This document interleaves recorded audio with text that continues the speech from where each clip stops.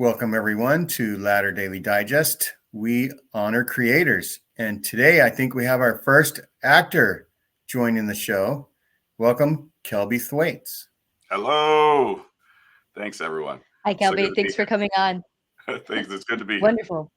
Yeah. So, Kelby, we're interested in like the creator's journey. And so tell us a little bit about your background and some of your early experiences that led you to becoming an actor. Well, I didn't think of it as as particularly a career as a kid. I just was having fun.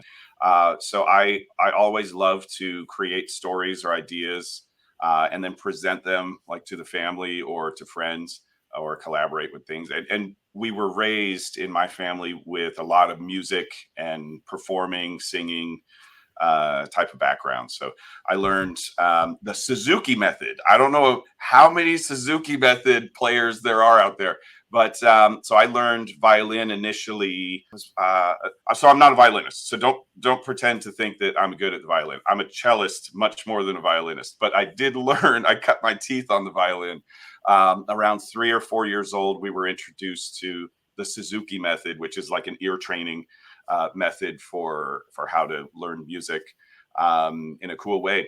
And my siblings took violin in that method too. And my mom's a pianist, and so we had a piano at home, and I would make songs. I was going to ask. I feel like most Mormon families, and by this point your mother was a member, was converted. I think they usually at least want a musical child to be able to play some hymns, at the drop of a hat. Is that how it was, or she was thinking much bigger and broader than like playing Chopin. Hymns and sacrament? Well, so we were raised on like Beethoven and the Beatles, essentially. So like Beethoven and Simon and Garfunkel and the Beatles were sort of like all in the mix, and of course Mozart and Chopin and the classics. But yeah, my mom. So a little backstory on like maybe religious backstory upbringing.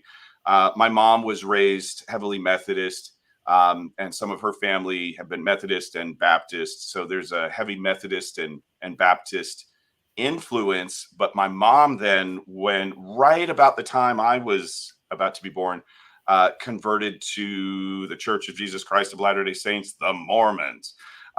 So that happened in Virginia, when my mom and dad were out there, and my dad was working, and he just had a colleague or two from work that happened to be Mormon. And the way Mormons operate, it's like they want to try and fellowship and convert a bunch of people, but they try and do it in like with niceness, kill them with not kill them with kindness, convert them with kindness is probably the accurate term. And so my dad was like, sure, all right, missionaries, what, I don't know, but let's, come on over, whatever. So they did. And my dad was like, well, I don't think this is for me, but thanks.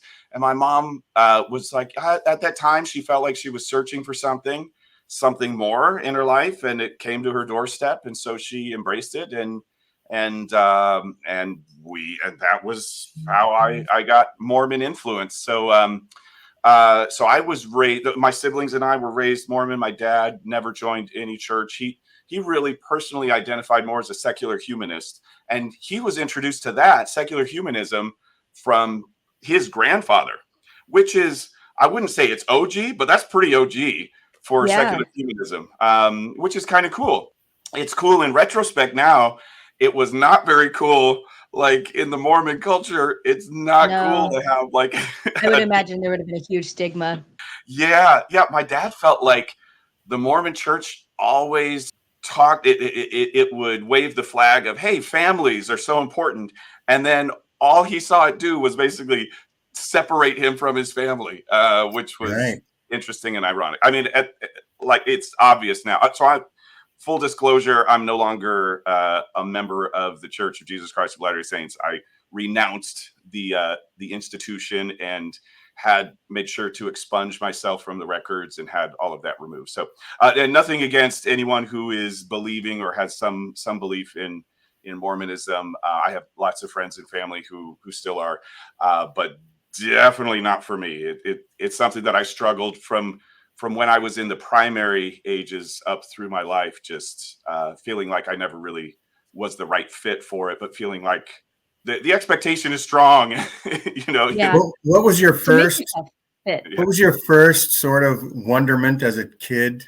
Like at 6, you said earlier to us that at 6 you had some questions, Yeah. and I probably believed in Santa Claus until I was 10. So Yeah, so it wasn't so as a child, imagine this is coming from a child's perspective. This was a really hard thing for me when they would teach in Mormon belief.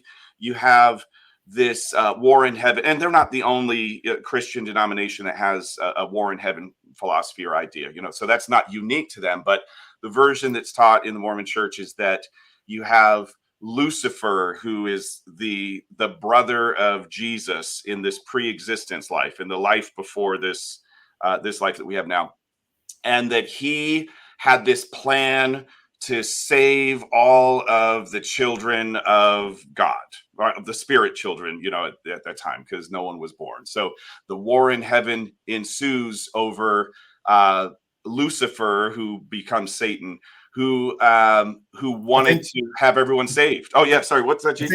I think Lucifer wanted to drink coffee. That's what my I recollection know, was. right? He's just like, just give me a mochaccino, So yeah, it's so funny to me. So as a kid, I didn't understand why they taught so strongly that Lucifer was cast out of heaven because he wanted to save everyone and he didn't want anyone to be lost. I was Right, like, he's going that to force sounds like everybody a to be good good. idea. I'm like, that sounds awesome. Yeah. What if we don't reject anyone? What if we just accept and love everyone? So this is me as a 6-year-old in Mormon primary classes. I was just so conflicted. I was like, well, what if he says he's sorry?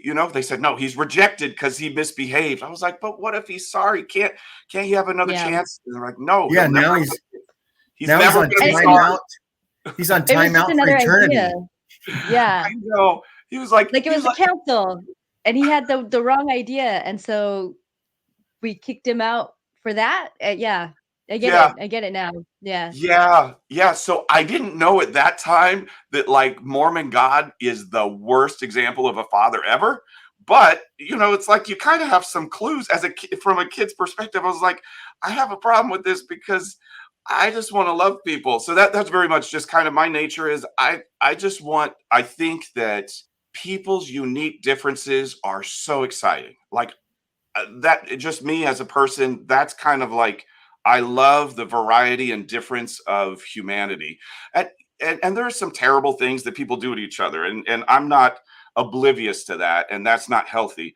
But I love variety and different ideas and thought. And I just think that we should be able to discuss and accept or embrace people, not just tolerate people, but with judgment, but actually just try and understand everyone. And I just think that better collaboration, better innovation, as an artist, better art, better self-expression comes from being open to that and embracing people. And so that was my nature. That was never a good fit for Mormonism, which sort of, or extreme thought or extreme groups of any nature. You have rule sets that you have to judge people by to tell whether you're the in crowd or the outs, the ins or the outs, or and that's. But it was still so it's something you put on your shelf, let's say. But you still as a 6-year-old mission. Yeah, put that on my shelf. Grew up and grew up performing. So doing a lot of music, acting, singing, and this was just natural. So Kelby, your first experience was like in classes. Usually they have where all the kids show their parents what they've done, what they've learned so far in the last couple of months. What do we call those? Like show and tell or something like, or what were you saying? What'd you say, recital? man? Yeah, recitals. Yeah. Of course. Sure. Recitals. Yeah. So did you, like, I would have been so afraid of recital. Did you like appreciate it and enjoy that people were listening to you make music? Here's the best way to describe it. You're scared to death, partially paralyzed by it, but magnetically drawn to it. So it's like, you have to do it, but you're like super duper scared. I don't want to say like S bombs or F bombs inappropriately, you know, but like you are super duper scared. How about I say it that way? You're super scared, shirtless. Shirtless. There we go. Scared shirtless. But you can't help yourself. You've got to do it. So that maybe that's kind of what it's like. So it's like moth to a flame, I think. It's really like relationships, right? Like love and marriage. Oh my goodness. Everybody's afraid of it, but they're drawn to it. Yeah. I think that's a great example as well. Yeah, same kind of feeling, same kind of sensation. It's like and just so you go through that every time you audition. I always felt like auditioning and you still do it. Like I just recently. I just did a couple callbacks for a gig that I just got for the Hunchback of Notre Dame. So there's a theater company here in Los Angeles doing the Hunchback of Notre Dame. And I went through a couple of different rounds of callbacks, and then we're going to be rehearsing later this summer. But same kind of feeling. And I've performed a lot, but you still have that. It's like you live and die all in one day. You know, it's like really adrenaline rush. There's intense adrenaline. There's intense like self-doubt. There's everything you could ever hope for and loathe all wrapped into one. So it's, I guess you could say it's very exciting. It's exhilarating. You know, it is better than, I don't know that I would say better than drugs, because I know that drugs can be really great and some people are really into them. I'm not so much of a drug user. I mean, I've just experimented with some stuff for fun, but so it's just like high school plays and things as well. Yeah, high school plays, and I played in like junior orchestras. I played cello in junior orchestras, and I would sing. I played in bands, so I had a lot of classical, jazz, pop, blues infused interests, stuff like that. And I started filmmaking at a young age. I just didn't think of it as filmmaking. It was just telling stories with a camera, you know. Yeah, so I exactly. Yeah, I had a good friend. I'm wondering. Oh yeah. Sorry, because I mean, I know for me, I was very, very I guess strict. Yeah, in my kind of upbringing, or at least in how I internalize things, very scrupulous. So, I mean, obviously, there's TV, and you know, Mormon. We're not Amish, so we have TV. We watch shows. We fall for a lot of the trends and everything. But I feel like overall, there was this kind of idea that the music industry and Hollywood is like a den of sin, and though we're always happy to be represented by faithful Mormons until they're not faithful, but while they still are, we love them. We prop them up. We love the Osmonds, like we love the credit. Like they're doing it right. But overall, it seemed like more often than not, Sin Hollywood City was like the way out. Yeah, or people would maybe start out, but then they start being immodest, or that they would get into drugs, or like they chose the worldly way. So did you have any kind of feeling like that, or aspirations to go to Hollywood, but feeling like, but that's kind of sinful, or like that's Babylon? How did you think about that? I very much so. Like that sums it up in a lot of ways. In Arizona, which is where I was growing up, it was in a community. It wasn't like a super large Mormon community, but Tucson, Arizona has a fair number of members, and it might have grown since. But it's leaders, like as I was growing up as a youth, the leaders were always cautious. It's like, you don't want to go into entertainment industry. I just laugh now because it's ridiculous, but you don't want to go to the entertainment industry because I mean, it'll like lure you away, and the influence of Satan will be too strong, will overcome you. And you want to make sure that you, if anything, you would only maybe want to explore that so that you could teach, or so that you could perform in church and stuff. And I was just like, oh man, that I just had to keep all of like my true feelings to myself and just be kind of like, okay, but I always wanted to get out and have a career in the arts. And I tried really hard not to. I mean, I thought I did. Like I just live like this as a human being. It's just naturally how I see the world and experience things. But I tried really hard to not want it, and to want to do, like be accounting, excited about business. Yeah. Like, so I even worked it. So get this, I'm doing, so during high school and into college, I did music and arts and audio video production and theater and performing as my my goals, but it was right after my mission that I tried to go into computer science, because we have a big computer and engineering background. My dad was an engineer, as well as architectural and like a hobbyist, as like a painting and especially like charcoal and drawing. He loved the arts, but also a very engineering type. So we grew up just like building computers and programming computers, and that was like normal. And I was like, well, maybe I should do computer science, because that was like an approved kind of a pathway. And then while I was in college getting like a music theater and audio video production degree, I was worked in the accounting department for the sports teams, and they were like, "You should really be an accountant. You're so good at this. Wouldn't you want to?" And I was just like feeling I like just I was said that as dying a joke, but I love that is where you were trying to go. like literally. So when you said that, it's exactly what it is. Yeah. So I always had aspirations to get out and make a bigger career, make a jump into the arts outside of it. And I was continually within the church just strongly discouraged from that, and encouraged only to explore that if it was going to involve teaching people. And they were like, definitely don't go on tour. And I was just like, oh man, you guys are crazy. So I was like covertly performing in like underground. It wasn't really underground theater, but in Tucson, Arizona, they have this place called the Invisible Theater, which is awesome. And Susan Clausen, who just recently retired, but was putting on a production of When Pigs Fly, which was an off-Broadway show that she got the rights to do the first Arizona, I think, version of that. I was in that. It's an ensemble of 5 men, and it's essentially going through, and we have like 17 costumes each, and we are celebrating and trying to show the world how gay culture and gays are everywhere, and they're your bus driver, your doctor. I mean, I'm oversimplifying it. It's a brilliant piece. It pokes fun at itself in a way to try and make it safe, but it's also risque and exciting. Is that like in the mid 90s? That would have been in the late, that would have been late 97, 8, maybe 98, I bet, somewhere in there. So where were you at, like, in your Mormonism? Because this seems like something that would be, if for someone trying to be strict, quite the job to take on. Yeah?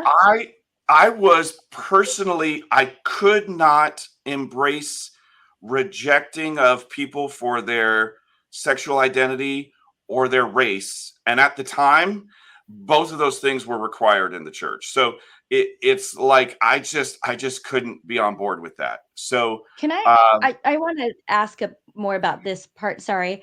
Again, I'm self-referencing a lot, but I didn't even meet. Well, I guess I did know people who were gay, but obviously closeted in high school in Southern Utah. But I just, the narrative that I grew up was just that gay people, that the agenda, it's literally like to destroy the country. Like, they're evil. It's destroying the family. It's degenerate. It's like, it was all of these things, just gross, evil, awful, like literally satanic. And so I've had to go on quite a mental journey to get to this acceptance. And for me, that was because of the teachings of Mormonism. And so, I mean, I'm trying to think, the first person I knew personally who was gay, was a really good friend of mine.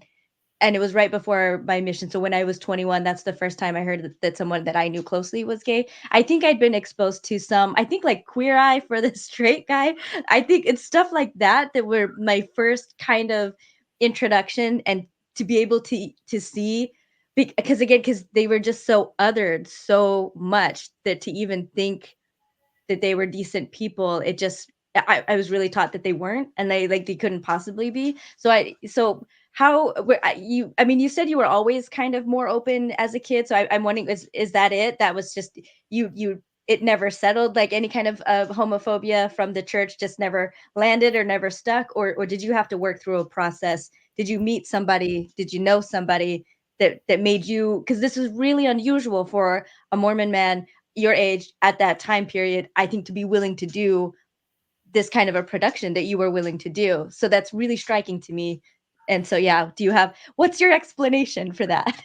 Well, I'll tell you, it goes back earlier to when I was 12 or 13.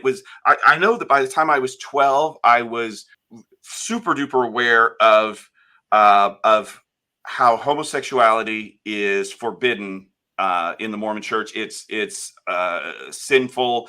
It's such a grievous sin that it's like, and it was a choice. yeah, That was a 100%. Yeah, a Yeah. choice. It's not only like next to murder, but you as a gay person marrying a gay person would be anathema to the Lord's plan of sending spirits down.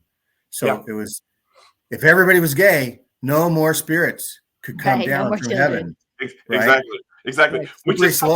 Which is such a weird closed way of thinking about things, or even just putting gender on such a black and white lack of spectrum, I guess, on that. But yeah, so when I was 12 or 13, I was grappling with this because I was aware of homosexuality, and I said, I am such a like caring, loving, sensitive person. I have so many traits that are considered feminine. What if I'm gay and I'm rejecting that because of the belief system that I'm in? I've got to know. I'm like, shit, man, I've got to know. Yeah. Sorry, shirt, man, I've got to know what is going on with myself, because I can't be living this lie. So I took 3 weeks when I was 13 years old to figure out whether I was attracted to men and whether I was gay or not. And then I was going to figure out what to do with it. So I said, let me set aside everything else. Let me figure out if I'm gay. Wow. And then I'm gonna and then I'll like figure out what to do with that after, because then that's gonna be like intense. I thought you were going to say that you went around kissing all the boys to see if you felt anything. No. I guess it was more introspective for me. Instead of like external exploration, it was internal self-reflection. So from the time I was 5 years old, I was really into girls.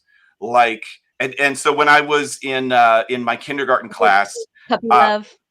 oh my goodness, there was this cute girl that I was so excited about. At recess, I would ride the tricycle and try and ride near her. And then if she was playing so there was like a, what do you call those things? It's like the foam pad jungle gym, but it's like safe for like little toddlers. So there's no steel bars. It's like you roll around on mats. It's sort of like tumbling with triangles and rectangles and octagons that are squishy. So I would try and be close to her, be around her. And we had like a little wood shop as a 5-year-old, which was, so this was like in preschool, like the play kitchens. I've never seen a play wood shop, but I like it. This wood shop had real hammers and nails. I'm like, oh yeah, that's thinking about that right now. I'm like, as a kid, I was like, this is awesome. But like now, you're like, what? They would never have hammers or nails especially with people. They would hammer them into people. I don't even know what they were thinking. And so I was really excited about this girl. And during story, I had this brilliant plan. I could not help it any longer. During story time, I was sitting just behind and to the left of her.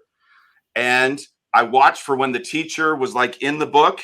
And then I leaned over and I kissed her on the cheek. And then she turned back and had this surprised look on her face. And then she turned forward again and then looked back one more time.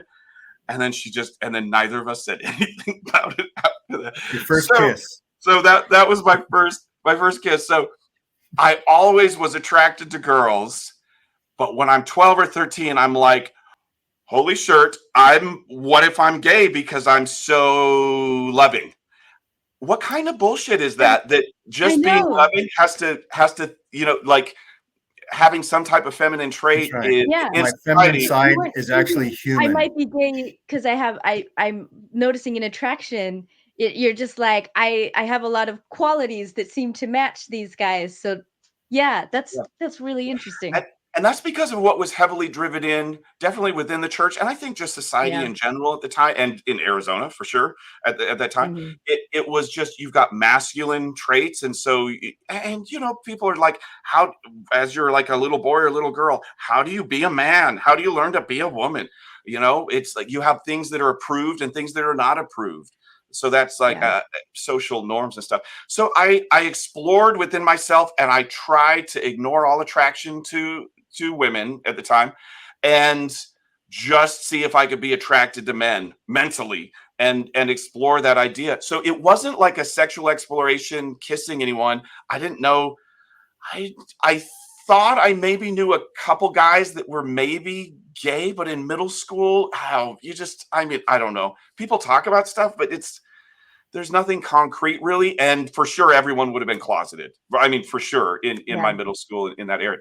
So I Did just had to anyone know. think, like outside think that you were gay? Was this just you, or were you? I mean, because I mean, when I was in school, Well, they advertised with you all the time. Kelby's interested in theater and music. He must be gay. Yeah. Exactly. I mean, that's totally it. Yeah. It for So sure. you did have outside input calling you gay that you're like, maybe they're right.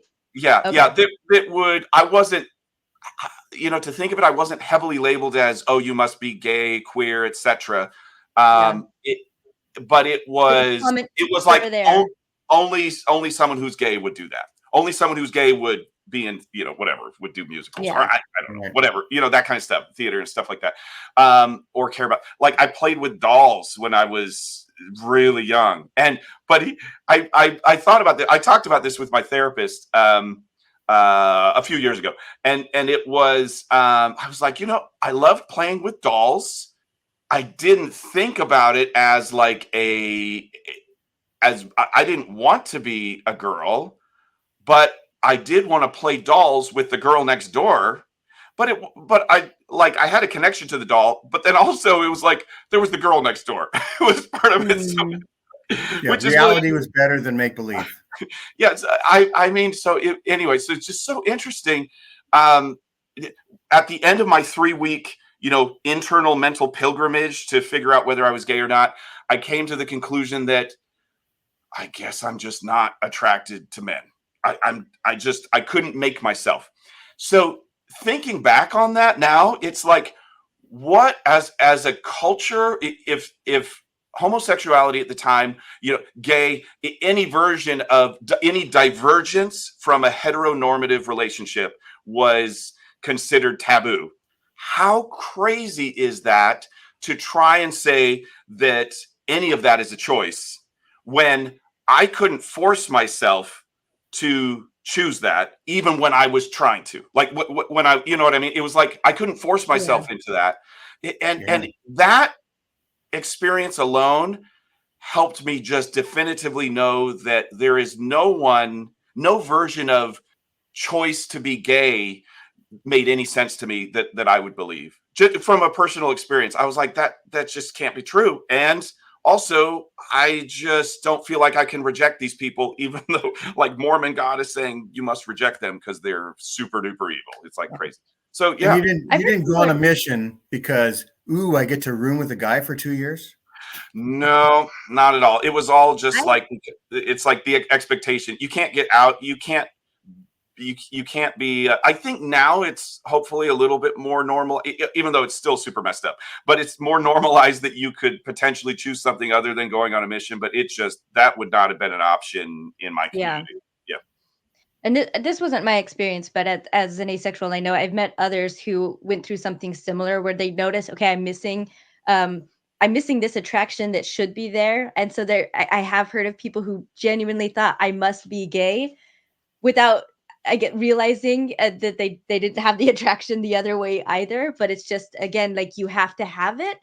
It has to be there. So yeah, same kind of a thing where it's just like and it's interesting to me that the people who are the most upset about, woke labels and just any kind of divergence as far as gender or sexual attraction go, they really hate the labels and they don't want people focusing on it. But it's because of them that we do. It's because we've had just this rigid box that we don't fit into, that we need to talk about it. And I kind of feel like if the box wasn't there, if we just grew up being taught that people feel differently about different types of people and about themselves and how they want to express themselves, and it's no big deal unless you like somebody, then the only thing that you need to know is, are they going to like you back?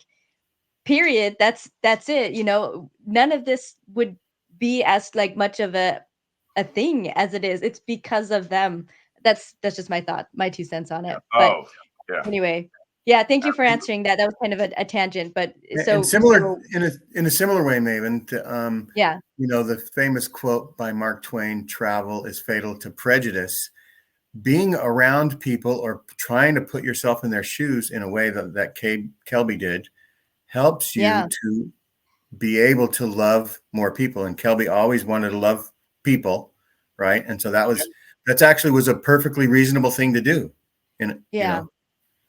So you were doing this play. That's where I had taken you off the rails. Was again? So this was before your mission. Is that right? Or have we If kind of pigs skipped could over fly. that? This was after my mission. So this was Okay. after coming back from a Mormon mission In Mexico. So it was You're in this. It's a 5-man ensemble cast, right? Yeah. What's it called again? When Pigs Fly. It was Howard Crabtree's When Pigs Fly. But one of my characters was Mrs. Roundhole. Howard Crabtree, you're late for your 3:00 appointment with the guidance counselor. Howard Crabtree, please report to the office. It was like that was like one of my opening lines. And I was Adam in the Adam and Steve sketch. And I was half of a centaur. I was the torso half of a centaur. The good half. the good half. Well, and I wore a shower with plunger tits. It was and lots of heels and a vanity where like literally wore a vanity because there was a song about how we wear our vanity with pride. It was so there were a lot of tall stiletto heels worn in that, and it's a brilliant, beautiful, fun, funny, lovely piece with really clever, fun songs, and it's a real nice work. It was just super taboo at the time and risque in the community I was in, not just Mormonism, but also in Tucson. But Tucson, the cool thing about Tucson, I'm not trying to dump on Tucson, please, but the Tucson is actually a very arts. I didn't realize this at the time growing up in it. It was just what I knew. But looking back on it, it's a very eclectic, artistic part of Arizona, which is really exciting. Which is, I guess, why I could still sort of somewhat survive while I was there and not like, want to take University of Arizona is there, right? Point? Yeah, University of Arizona. Yeah, I did go to the University of Arizona. What was that, Maven? Was this show a turning point for you, or like a realization moment, or was there any fallout from you doing it? This show was me. This would have been divergence, deviant from Mormon norms. It was something that like people wouldn't come to or support, or like anyone who was aware. I didn't tell a lot of people about Didn't it. even ask. Yeah. But there, some people didn't want to come. I did explain, hey, if you're interested in seeing this, I didn't advertise it, but people that expressed interest in seeing it that I thought it might not be their cup of tea. I did explain a little bit of kind of like what to expect, and if this would be something uncomfortable for you, I'm not going to take offense if you don't come. But so that was really me stepping out of bounds of the church's expectations at that time, for sure. Because that would have been, I mean, according to certain leadership and bishops, that would have been something that would have gotten me disfellowshipped at the time, which is really interesting and just reflects very poorly on the church, I think. But yeah, and I think, that play is something that an actor would love to do, because it's fun to do one character for a play, but you got to do what, 17 or something like that? Yeah, 14 to 17 different, essentially different characters. Can really stretch you and make you grow as an actor. Yeah. Oh my goodness. Yeah. It's like a beautiful play field for an actor, to be able to explore, because whenever you do your character analysis and breakdown, which is very therapeutic, like acting and performing for people who don't already have access to other therapeutic means, like as in a therapist or healthy versions of that. It is just so great at helping you figure yourself out or have outlets that are healthy, that aren't self-destructive or destructive of other people. That I mean, it sounds more dramatic than it really is. It's really just like internal turmoil that it helps you deal with, because you explore so many characters and what motivates them and why they do what they do. So you can it's not exactly living through these other characters, but it's figuring out what part of yourself maybe resonates with that and exploring that, but then doing the service to the character, not trying to selfishly make it about you, but rather how can you tap into that and try, even if it's a very unhealthy character that you are portraying, it's understanding what got them there. Why are they that way? Why do they have their judgments or their idiosyncrasies or their unhealthy behavior? And then explore that from a safe place instead of replicating that in society in an unhealthy way. So it's brilliant, I think. I strongly recommend it for people, even just as a hobby. You don't need to go into it trying to be brilliant or expecting to have a career. Just explore it. You have to be so vulnerable, and the more vulnerable you are, the better you are at it, and it's so good for you. In the same way that therapy tries to help you be vulnerable with yourself, So anyway, it's like an escape and an education. And so do you remember like the first time you got money for acting? Is that exciting? The first professional gig I did was when I was 8 as one of the orphans in Oliver. But I didn't get paid as an orphan. Oh. That was in Arkansas too. So that was in the Methodist Baptist side of the family's stomping ground. That was in Fort Smith, Arkansas. It was a production of Oliver, and we had, I think, 2 weekends of performances, which was really cool. And so I was just one of the many orphans in that, singing and dancing and running around on tables and doing our choreography. And was it just an unpaid part, or did your parents take the money? Let's go. We're running short on time, so let's move forward to what's next in your story, or like your So I had as I was finishing up at the University of Arizona, I would say that I needed to move out. So I had performed with the lots of stuff with the University of Arizona, and then local theaters, regional theaters. There's a fantastic theater which does melodrama and a lot of improv, which is an education in itself, called the Gaslight Theater. They're fantastic in Tucson, and I worked with them a lot. And local theater companies and the Arizona Opera Company of the state and stuff like that. And so I knew I needed to. I had tapped out in a lot of ways the new experiences I was going to do. And so the choice was either move to New York or LA. It seemed like New York was the better option, because at that time I was doing professional music and stage acting theater, even though I had a lot of filmmaking exploration, and I had been a camera operator and made short films with a friend of mine. We spoofed, parodied personal injury commercials and stuff like that. But that was all just for fun. And I needed to make a career of it. So moving to New York at that time, also, I was like, I don't think I can be a part of this church and keep my sanity or stay alive. I got married. We had our first baby at that time. And it was like, I got to figure out what's going on. And so going to New York I found a community of artists there that were like-minded, and I was like, oh, this is great. This is where I belong. And so I just hit the audition circuit and started auditioning, and then I ended up doing some tours. I worked for a real estate company as a temp. So again, it was like that dichotomy of I have these business and financial and banking backgrounds that I've had from jobs that I've had, or like loan processing I did later in LA and stuff like that. But then really I'm just an artist, So it was like, I guess it's a blessing and a curse, because being good at things that people value as a society because it can bring in money or prestige, but then also being torn because where your heart really lies is in the self-expressive art forms, stuff like that. So in New York, from an interesting thing, I did fall into, I took kind of a break from church moved there 2 weeks right before September 11th. September 11th happens while I was on my way into Manhattan to get to go to an audition or a callback, and then the trade towers had been hit, and then I just watched all of that unfold in real time, like with my eyes, and that was so crazy. Wow.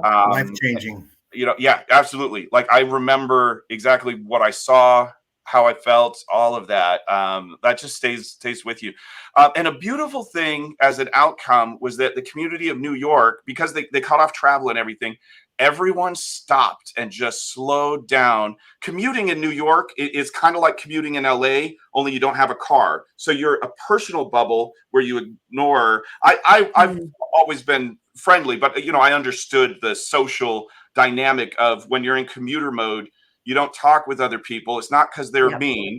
Then that's how that people say, New Yorkers can be really rough or mean. They're actually super friendly. They're just commuting.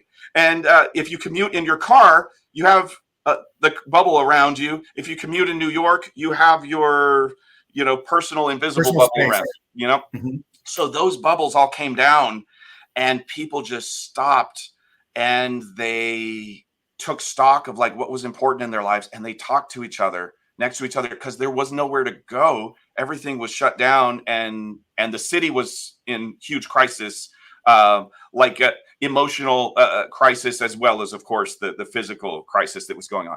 And so the beauty that came out of that tragedy was people going, hey, I need to think about what's important in my life, my family, my friends, helping people who were just aimlessly. These weren't people who were drunk or stoned. They were just in shock, just standing in the street, and in awe, and people bonded together and just sort of like were there for each other. It was so beautiful. Something a secular humanist would appreciate. Yeah, definitely. It was I would say a life-changing thing in difficult as well as beautiful ways. It was amazing. But while I was there, I had some actor friends and filmmaker friends that I connected with and started going to the Mormon ward there that was in my area and helping out. So I went into work in young men's and there was a fellow actor friend who's extremely popular right now and doing really well in Broadway and television and having a really good time. But he and I had talked some. He was starting to, he didn't talk about it as this, but starting to have a faith crisis because he had documents that from his family. He had like a big, like his family way back to the OG founding of Mormonism had documents, and he was like, hey, I don't know what to think, but I found this stuff about Joseph Smith, and it's like, there's some things that just don't add up, and I don't know how long I can do this. And so was polygamy involved in the subject matter? Oh my goodness. Yeah. I mean, imagine all of the things. So you've got like polygamy, Kirtland Safety Society, all of the things that Danites. Oh my goodness. Yeah. Danites. Blood atonement, all of that stuff being wrapped up in it, but it just wasn't, it had been publicized through the Tanners, but that stuff was kept from, definitely in general tried to keep out of the media. Well, I mean, there just wasn't any media coverage, going on at that time because it hadn't blown open so huge on the internet yet. So this was before the Book of Mormon musical? Oh, yeah, long before. So we're talking like 2001, so 2001, 2002. And in talking with him about that, that was more stuff to put on the shelf. And I was like, I just have at this point, I'm like, I have my personal beliefs. They are radically different than what the church believes. And I'm just going to have to keep that to myself because I'm married now. We have, I have a kid. And then at that time we had a second on the way.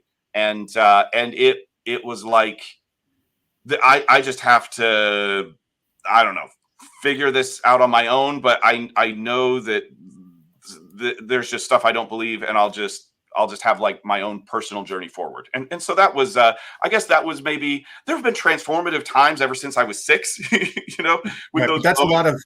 a lot of shelf items to put all at Yeah. one time, all those things. Yeah. And I didn't know how to make sense of it at the time. I mean, I knew, I was like, this stuff doesn't add up. It makes, at least I feel validated in that I didn't believe a lot of these things, but then this is like, holy whoa, this is so bad and weird and not what they say, that it can't be true, except it obviously is, because here's documents. This is messed up. Let me just kind of set that away. So Stuff that used to be anti-Mormon lies now it is looking like just history. was just like real history. Yeah. Yeah. Just real ugly history. Yeah. Yeah. So there was that. I did some tours, came back to Colorado, which is where my ex-wife's family is from. And that's where she was at the time while I was on tour. Went back there, and we, and that was when I got introduced to working with Walden Media, and helped develop, as an actor, helped develop a couple of shows that they were exploring.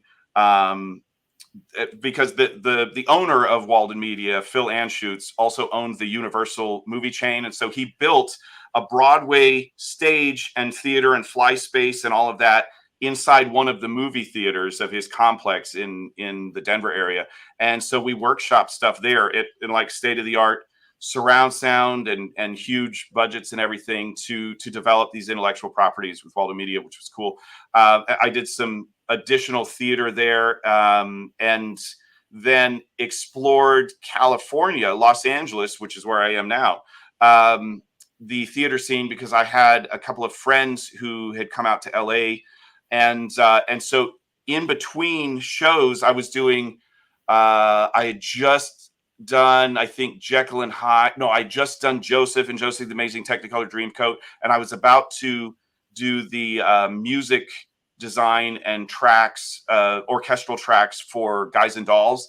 And I had this window of 3 weeks, and I went out to LA, came out here, and couch surfed with my friends, and auditioned some out here, and tried to see if, hey, could this be a viable option?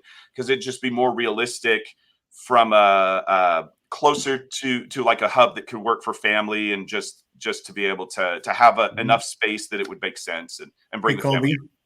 Kelby, since we have another show to get to pretty soon, I was wondering if you'd be willing to come back, and we can have the part 2 be the Colby, an LA story. Oh, Would sure. that be okay? Yeah. Sure. There's all And kinds then of fun we can stuff. go from there, because we're talking, when did you move to LA? What year? Moved to LA in 2005.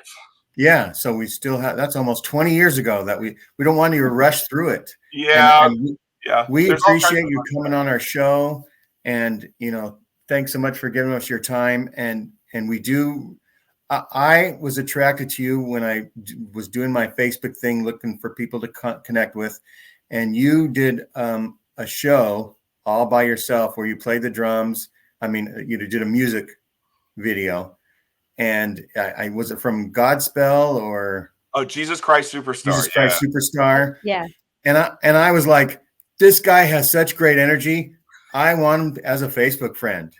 So that was like, made my day just to see that, And so we'll put a link to that, somehow. And we'll just say, thanks for coming. Thanks everybody for watching. And like and subscribe, and maybe in a week or two we'll see Kelby's LA story. That sounds right. Good. Thanks, guys. Thanks so much. Bye, Thanks, everybody. Have a Kelby. good summer, everyone. Bye.